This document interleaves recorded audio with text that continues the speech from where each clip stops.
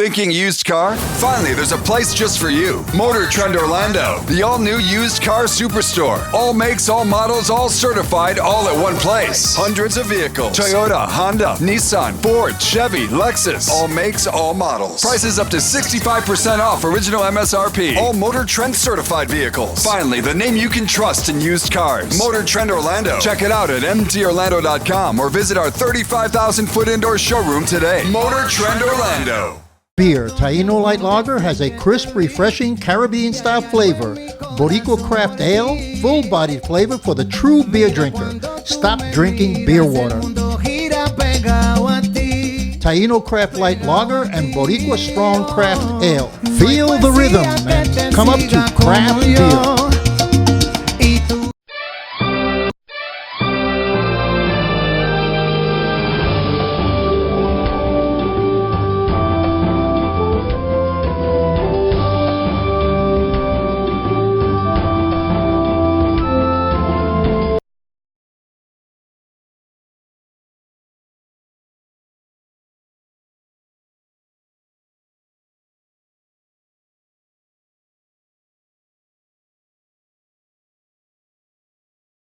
Hi, I'm Danny Ramos, and welcome to this week's edition of Hispanic Speak Out TV. We've been on the air for 16 years in Central Florida, first with Time Warner, then with Bright House, and now with Spectrum. We're seen in 5 counties across Central Florida in the I-4 corridor. Our agenda is to inform the Hispanic community, the bilingual community, about what's going on in health, education, and politics. Tonight we have a couple of interesting people that we're going to be talking to, and we're going to make it a bilingual show. To my left is Santiago Sanz, and he is a rival. He's an attorney in Venezuela. He arrived here 2 years ago, and we met for the first time a couple of nights ago. And it interests me to find out from somebody who's been living in Venezuela more recently what's going on in Venezuela. And Natalie Cardio, she's a person who's organizing a major event at the Marriott coming up for the Republican Party. So let's start with Santiago. Santiago, when did you actually arrive here from Venezuela? And how did you get here? I mean, what was the process? Well, it was a long story because I lived in the Caribbean for a while. I lived in Europe, and then I will come here.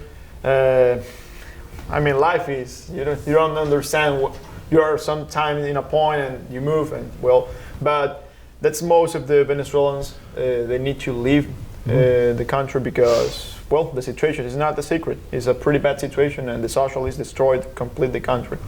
When you say bad situation, describe to me the lifestyle, how lifestyle has changed. Because Venezuela was, I think, the top oil producer, and one of the richest countries in the Americas because of the oil. Yes, that's correct. And then when this gentleman took over, all of a sudden everything collapsed. What is the inside? How do the people feel about that? Describing bad situation, I would say the first thing is the corruption. Corruption in all levels. Moral corruption and money corruption. The state is destroyed. So when you talk about Venezuela, it's not only socialist. Socialist is the worst for me. Okay, it's a movement that is not working. Okay, you have proof for that. That the socialists destroy the country. Socialism is not good for economy, for a culture, for anything. So when I say it's bad, corruption, moral corruption, and normal corruption is all levels of society. So a government, I don't know how right now in Venezuela the legal aspect is. For example, if you want to run in for a government or for a mayor or, well, for president, we have an election last year, but that election was like I don't know how to describe that. It was a joke. But when you say a bad situation, it's bad situation in general. Society is dead. You have like a spirit of say, we're going to reconstruct, we want to rebuild the country. We need to focus on that, and we need to start doing that because governments are pretty bad. They are not doing their job, and when you mix governance with society, is the worst thing. How is education? The kids going, the schools. Are kids going to school? Are people eating? How are the supermarkets? Okay, imagine an education, a teacher, a professor have $1 per month. That's the salary. So you could imagine what $1 a month. $1 a month, yeah. How do they live? I mean, Exactly, how they live. The government give like a box with groceries, but imagine what kind of, I mean, box of chicken or I don't know, a couple of things. That's not life. You need to think with your effort, with your work. so people aren't shopping in supermarkets? No, or they shop- don't shop. So how do you get the food from a box? Yeah, Una caja, te mandan una caja. sí, that's correct. And how does that? Who brings the box? Okay, So cómo eso pasa? the box is coming from Mexico. Tienes que comer lo que ellos te dan, punto. You got to be kidding me.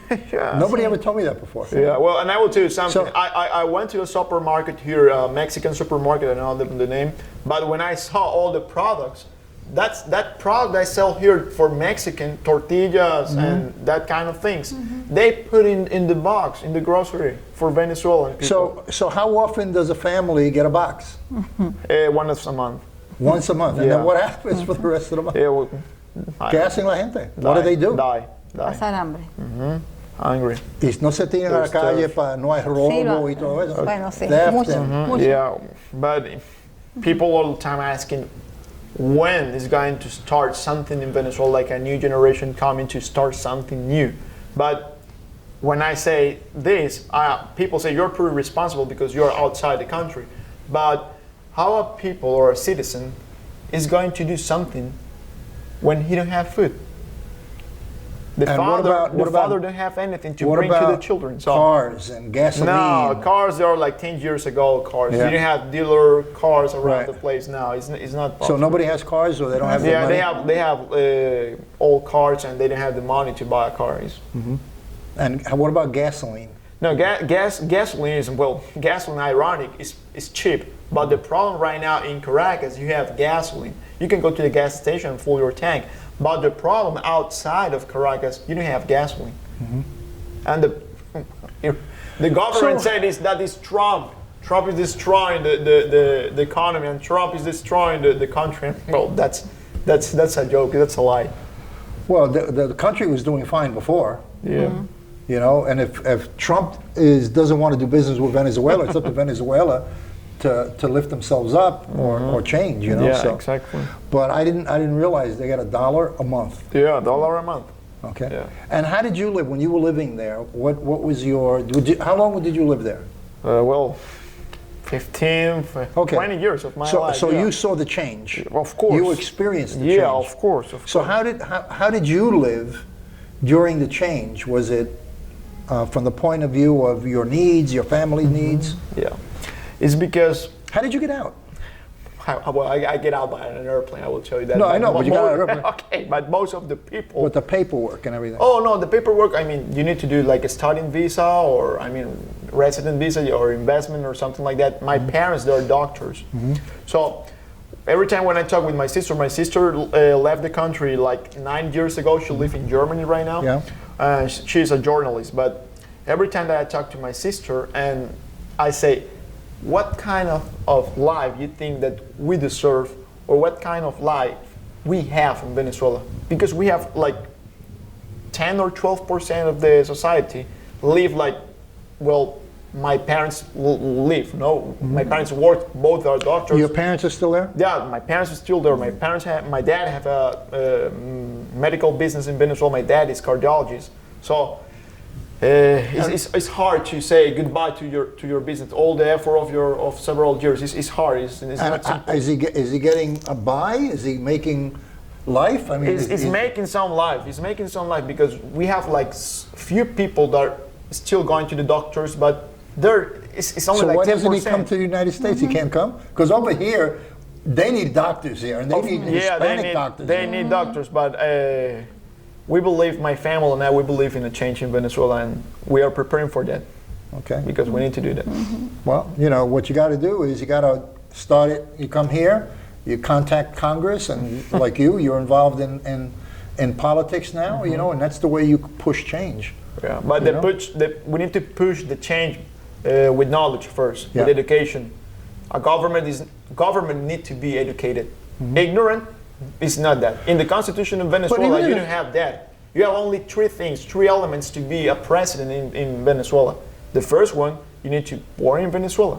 The second one, you need to have 33 years old, more than 33 years old. And the third one, you don't need to have a political party or religious party. Okay? No education right there. I don't want to discriminate, but a guy in the street can run for president. And that's the element that Chavez arrived to the power. Chavez arrived to the power because he's a populist.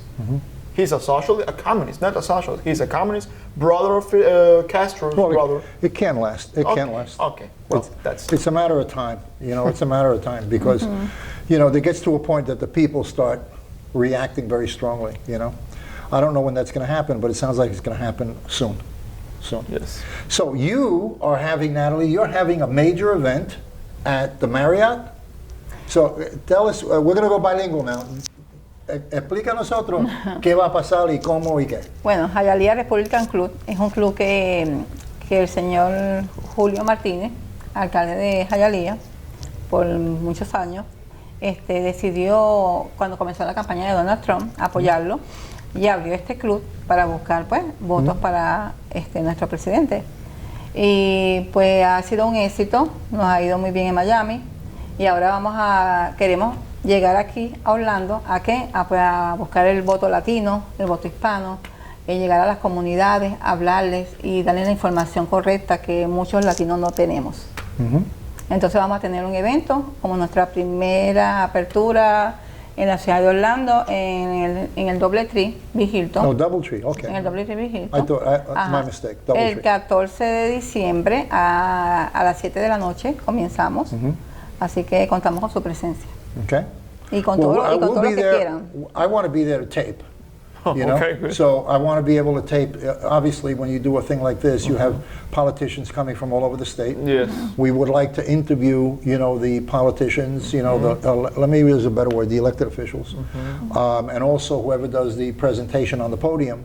We'd like to tape that as well and then air it later. You know, but the interviews are important because they're going to reflect the attitude of the elected officials and what they're perceiving with the impeachment process, you know, and how they feel about that, you know, and a lot of things that have to do with the Hispanic community. We're going to be doing, just so that everybody out there knows, our office at the Motor Trend building on OBT. We're at Motor Trend just south of the 528 overpass. Motor Trend is a new car dealership, and we sell cars here. But we also have a community office in this building, okay, and we are going to start voter registration very soon here.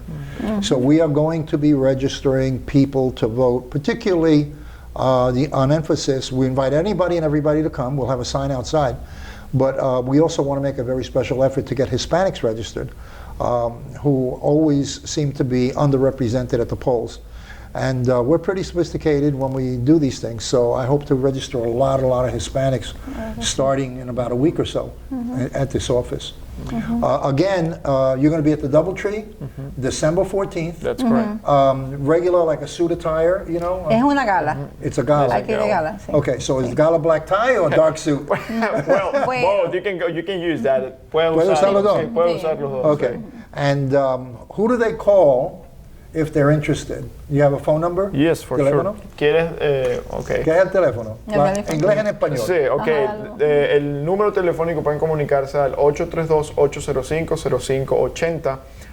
In English, okay, 832-805-0585. Okay. All right, so we're going to put that up on the screen so people wonderful. visually see it. Gracias. And then we will hope to see you in December 14th, you know, and we'll get there early so that we can look at the physical out the way it looks and decide where we're going to be for taping and stuff like that. Wonderful. And then you tell us, introduce us to the people to be interviewed. That'll be great. That will be great. Yeah. We'll appreciate that. Okay. Thank you. I am so, you know, I am amazed that teachers, and they go to work every day. I can't believe that. They go to work? Yeah. How do you live? I mean, I don't understand how people live. Yeah, I don't understand too. But for a reason, people that have education and people that all society in general, we need to do something. We need to break the system. It's our obligation. Yeah. All right. Well, this is Danny Ramos on Hispanics Speak Out. Thank you, the both of you, for coming here today. And we're going to be following up with Venezuela. I hope you not only come back, but also introduce us to other people who have experiences there, so that we can keep a momentum going out in the community about what's going on in Venezuela. For sure. I'm sure that nobody out there realizes what you said here. $1 a month for a teacher. Yes. Wow. All right, Danny Ramos, and we'll see you after the break.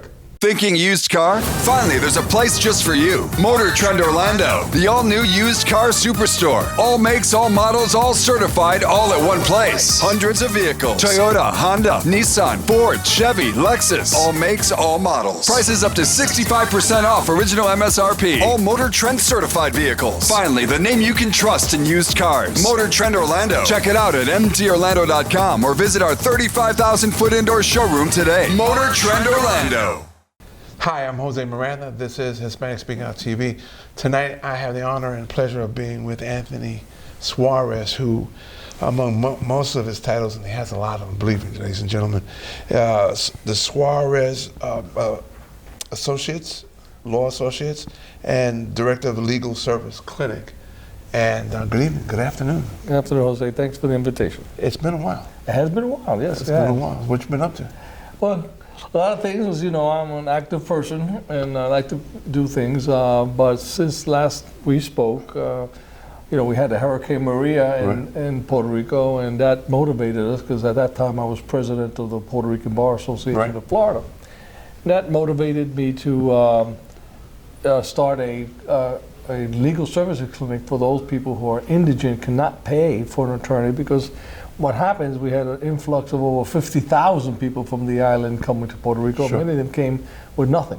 And then they found themselves being evicted. They found themselves losing their pay stubs. They found themselves to have child support payments. They have custody matters, a plethora of legal issues. And at that point, as the president of the bar, I decided that we could do something.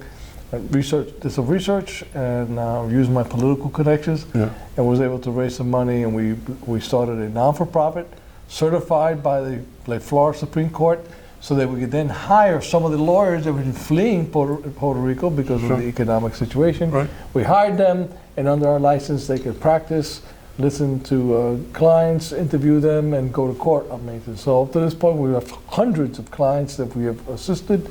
We have an office in Miami, we have an office in Orlando, and recently we opened an office in Kissimmee. Congratulations. So it's something been very fruitful, been enjoyable, and so that's what I've been up to.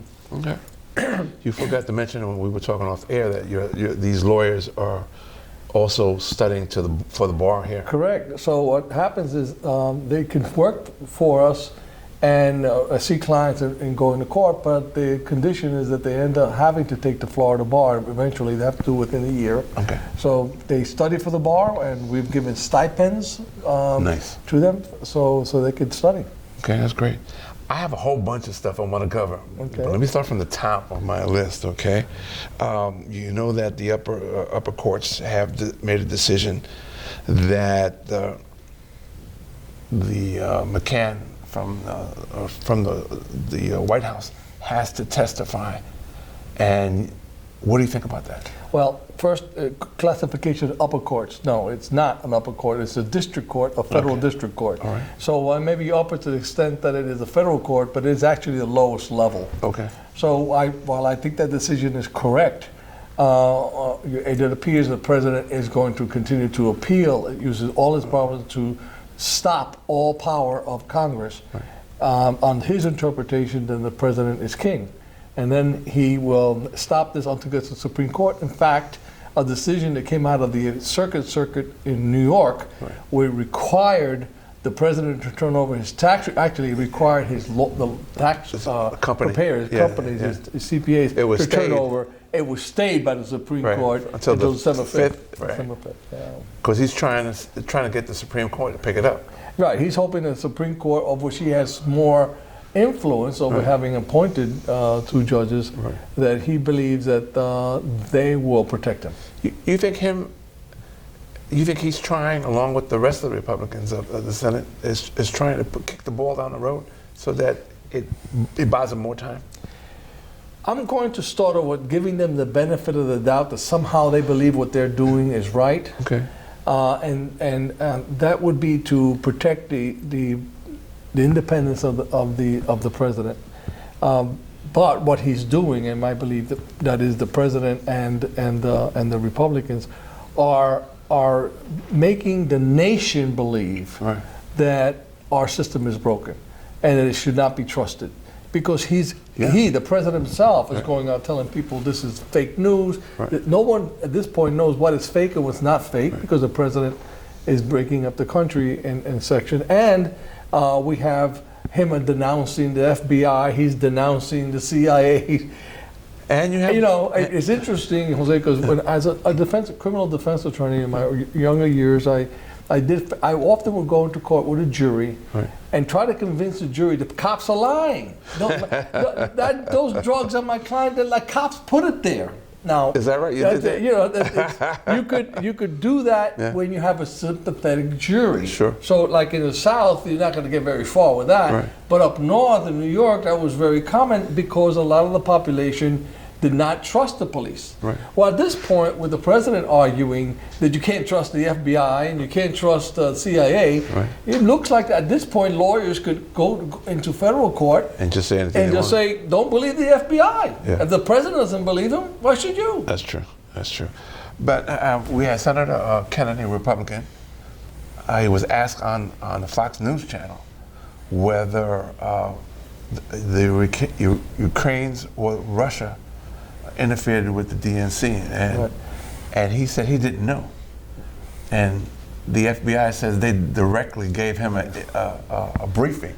Directly gave him a briefing, a point A to point B. But he's not the only Republican that seems to be in some sort of vacuum that, as you were mentioning, they don't believe the facts anymore. The new storyline. Again, is this a Republican thing? No, I just happen to say it's a political thing because you may recall when Clinton was being impeached, Clinton lied to the grand jury. Right. He lost his law license as a result of him lying to the grand jury, and he was disbarred. Yet, Democrats did not vote to impeach him or to convict him. He was impeached by the House, but he was not convicted, despite the fact that he committed a crime. And he's a president and he's a lawyer. So it gets to the point where who believes what anymore? Is there any rule? Is there any justice here? The question is perception, because if we pay our taxes in this country mostly voluntarily. Why? Because we perceive it's the right thing to do. But when everyone starts believing, no, this is fake, this can't do it. I don't believe the cops. I won't believe Comey because he's a bad FBI. They're good FBI agents and they're bad FBI, depending whether you're Republican or Democrat. We lose credibility. Our system loses credibility. That's where we're going at the moment, and probably at the lowest level ever. The highest law officer in the land is currently looking at conspiracy theories all over the country. In Europe. What do you think about that as a lawyer? Right. Well, again, he has an obligation to determine whether these theories have facts or not. I don't object to him looking into something if, in fact, he comes to an impartial decision. Right. I'm having trouble believing that our Attorney General is, in fact, an impartial arbiter. Right. Because I believe that from what I'm seeing, he works for the president? That he seems to be believing that his responsibility is to protect the president rather than the Constitution. Okay. I think one of the things we might want to look at down the future is that the Attorney General be an independent person, sort of like an Inspector General, that he's not a political appointee, that once he gets appointed, or something like the Federal Reserve Chairman. Federal Reserve Chairman is appointed for 10 years, and he does the thing as he perceives the facts. And then he is not to be interfered by the president or the federal government. I think that the Attorney General should be considered. There should be a constitutional amendment to take him out of the political process so that we have a respect for the law and respect for the courts. Okay.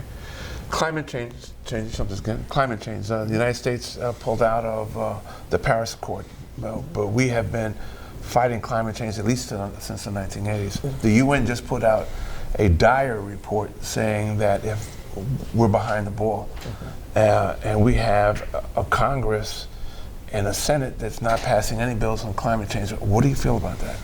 Well, obviously, I'm on the belief that the climate is changing. Right. The question really not whether climate is changing. The question is whether or not man is causing the climate change or whether it's a natural occurrence. We had climate change in the Ice Age. It had nothing to do with mankind. It had to do with just nature. Nature.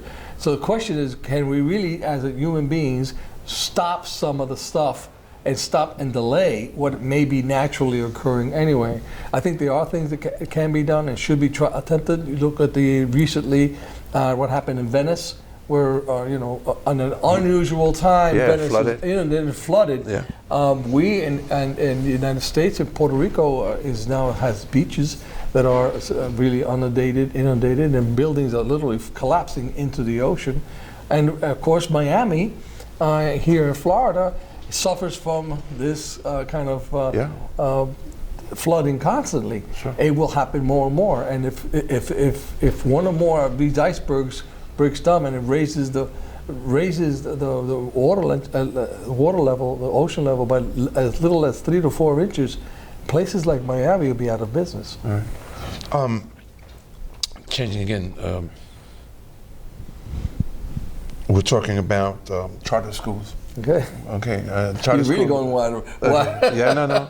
Charter schools and Latinos. A lot of Latinos are complaining that Democrats, they're saying Democrats, the people running for office now, are going away from charter schools.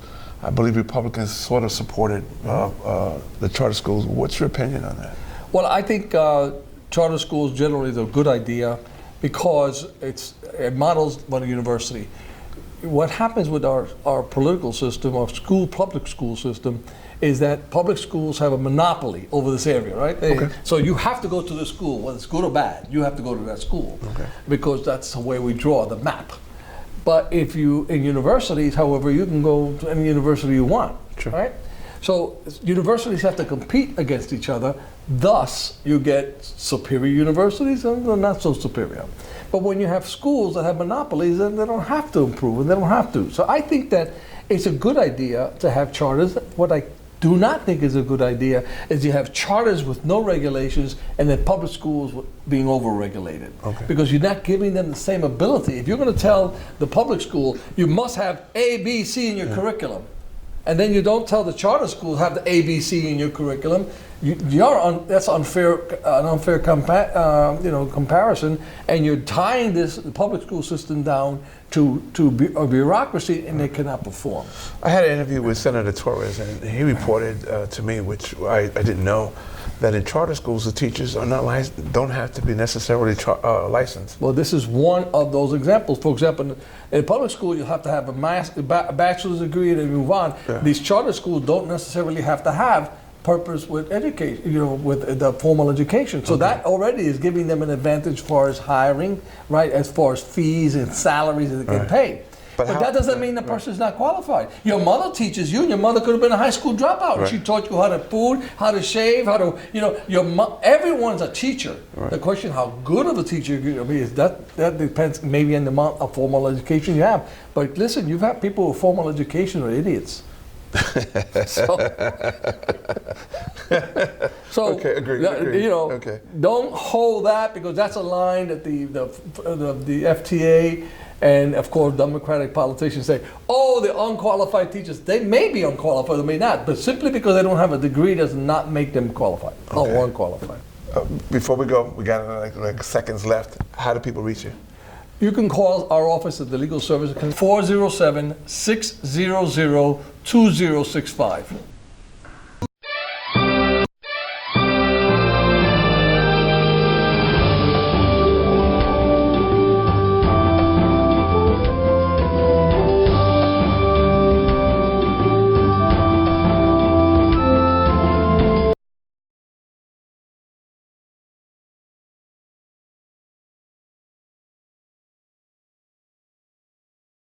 Thinking used car? Finally, there's a place just for you. Motor Trend Orlando, the all-new used car superstore. All makes, all models, all certified, all at one place. Hundreds of vehicles. Toyota, Honda, Nissan, Ford, Chevy, Lexus. All makes, all models. Prices up to 65% off original MSRP. All Motor Trend certified vehicles. Finally, the name you can trust in used cars. Motor Trend Orlando. Check it out at mtorlando.com or visit our 35,000-foot indoor showroom today. Motor Trend Orlando.